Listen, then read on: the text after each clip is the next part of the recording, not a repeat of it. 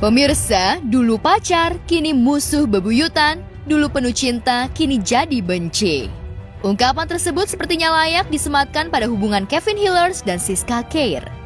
Ya, tidak banyak yang tahu kalau dua insan beda profesi itu pernah dimabuk asmara saat menjalin hubungan cinta. Rajutan asmara keduanya pun luput dari pemberitaan dan pantauan media. Hingga tiba-tiba terjadi pertengkaran besar sampai terjadi keributan fisik saat berada di sebuah kamar hotel di kawasan Puncak. Video pertengkaran versi Kevin Hillers pun sudah diserahkan ke penyidik Polres Bogor. Begitu pula dengan Siska yang juga sudah menyerahkan video kekerasan Kevin terhadap dirinya awal Juni 2022 lalu menurut versinya. Yang lempar besi siapa? Ya lu, gua kecil lu lempar Ya gua kecil, yang lempar Itu barang-barang gua, Pak. apa sih lu? Ngamuk-ngamuk ke tempat orang, malu lu. Ini juga bukan tempat. Bukan tempat lu juga. Iya makanya Bisa udah nggak? Lagi sabar nih. Doksis aku udah bilang udah ya. sama aja. Kecuali kalau Kita properti hotel loh Pak. dia juga. Dia nyerang saya. Motif pertama kali dia melaporkan aku ke polisi itu diduga adanya money politik atau diduga adanya niat untuk memeras saya. Itu pun dikonfirmasi dengan beberapa pernyataan dari orang-orang termasuk dari Tata. Di situ memang ada orang yang baik yang memberitahu kalau dia mengumpulkan orang-orang untuk menjatuhkan saya dengan tujuan meminta uang damai. Sebenarnya kan sesuatu yang simpel, kalau udah salah ya salah dari awal, jangan malah menjatuhkan nama baik saya. Saya tidak pukul, dibilang saya menganiaya. Jadi kan nama baik saya, kerjaan saya, semua saya bangun jadi hancur berantakan. Sebegitu caranya dia menghancurkan saya supaya saya berdamai dengan dia. Miris kedokteran di Indonesia ada orang seperti dia. Di mana etika dia? Di mana moral dia? Tidak menjadi contoh. Bukan contoh yang baik. Mbaknya aja tahu, saya ada pinjam 50 juta. Saya kan udah upload di story saya. Saya balikin lebih 5 juta dalam satu hari. Ada bunganya ya? Ada bunganya. Apa dia ngomong? Kan enggak, dia diem. Dia cuma bilang pinjam 50 juta.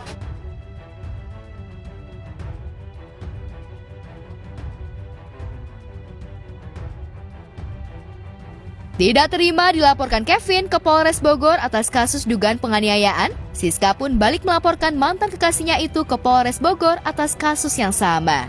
4 bulan berlalu sejak kasus pertengkaran tersebut mencuat, polisi belum juga menetapkan siapa yang menjadi tersangka atas laporan masing-masing pihak tersebut.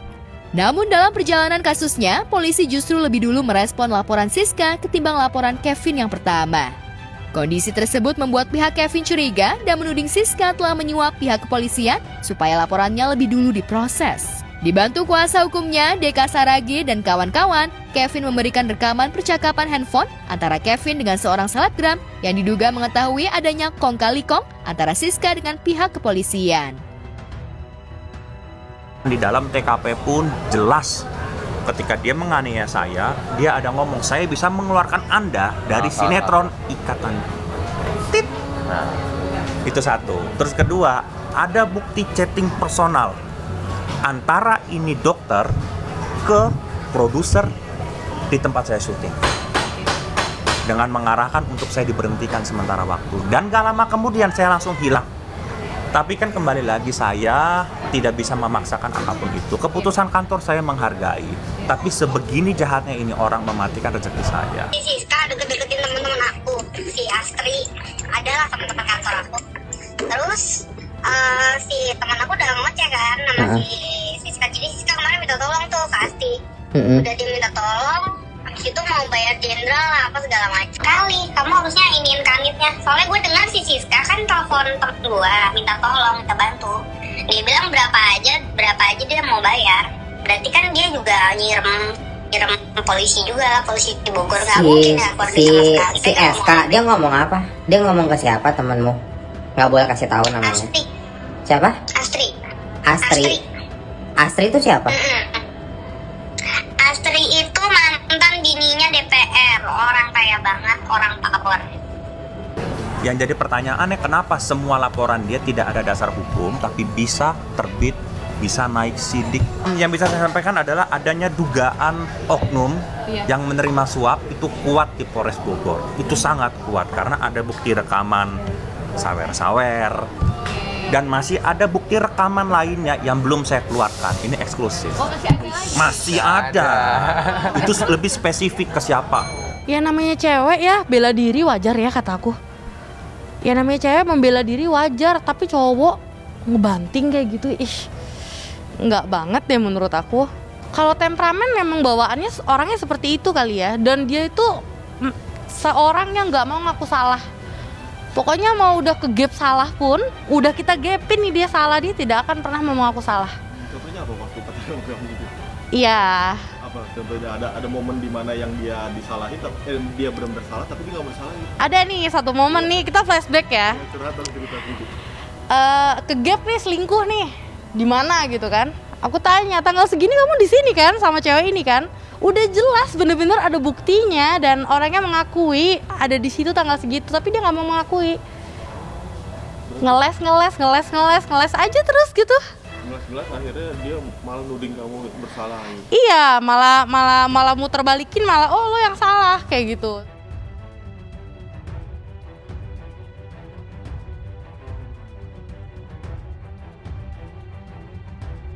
Tidak terima dengan tuduhan yang dilontarkan Kevin, dokter kecantikan itu pun menantang Kevin untuk membuktikan tudingan yang bisa mencemarkan nama baik dirinya dan pihak berwajib. Sementara itu, untuk menguatkan tuduhannya itu, Kevin rajin mendatangi beberapa lembaga untuk meminta perlindungan dan melaporkan kasusnya, mulai dari Propam Mabes Polri, Komnas HAM, dan juga lembaga LPSK. Sementara itu, permohonan perlindungan Siska telah lebih dulu dikabulkan LPSK. Hal ini tentu membuat kubu Kevin panas karena seperti telah ketinggalan langkah dari seterunya itu. Perkara Kevin dengan Dr. Siska, dalam hal ini perkaranya dua-duanya sudah masuk dalam tahap penyidikan. Dari pihak penyidik, Satreskrim semua sudah menerima bukti-bukti baik dari saudara Kevin maupun saudara Siska. Saya ini tidak pernah memukul SK sama sekali. Dan ketika saya konfirmasi, SK selalu bilang, semua bukti sudah diserahkan ke Polres Bogor. Ketika saya lihat bukti video tersebut, tidak ada pemukulan dari saya ke SK sama sekali. Lalu kalau tidak ada tindak pidana, kenapa bisa naik sidik? Kevin ini kan dilapor juga oleh Bu SK ini di Polsek Taman Sari. Bu SK ini mengajukan laporan pidana dengan dugaan tindak pidana 378-372, penggelapan dan atau penipuan dan atau penggelapan. Ternyata Pak Kevin dikirimkan 3 invoice ya Pak, 3 tagihan. Oke. 3 tagihan yang mana tagihan itu semacam tagihan pengobatan.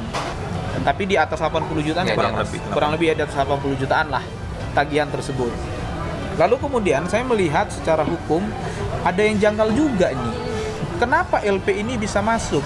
Sementara dari tafsir hukum kami bahwasanya ini adalah perkara hutang piutang. Buat tagihan kok. Kami pegang semua kontrak brand ambassador maupun kontrak treatment tersebut kami pegang. Jadi tidak ada yang dilanggar. Mudah-mudahan kami bisa membuktikan tidak ada pelanggaran yang dilakukan oleh Pak Kevin di dalam gugatan tersebut. Sebetulnya kan kita sama-sama ke lembaga perlindungan saksi dan korban. Akan tetapi di sini yang diterima permohonannya kan saya. Otomatis jelaslah lembaga yang benar? pemerintah yang memiliki kredibilitas tinggi melindungi saya sebagai korban.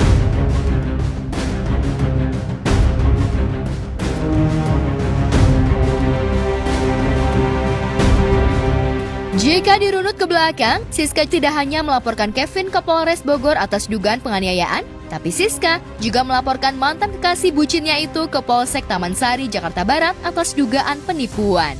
Tidak hanya itu, Siska juga menggugat Kevin ke Pengadilan Negeri Jakarta Barat atas dugaan wan prestasi atau ingkar perjanjian kontrak kerja.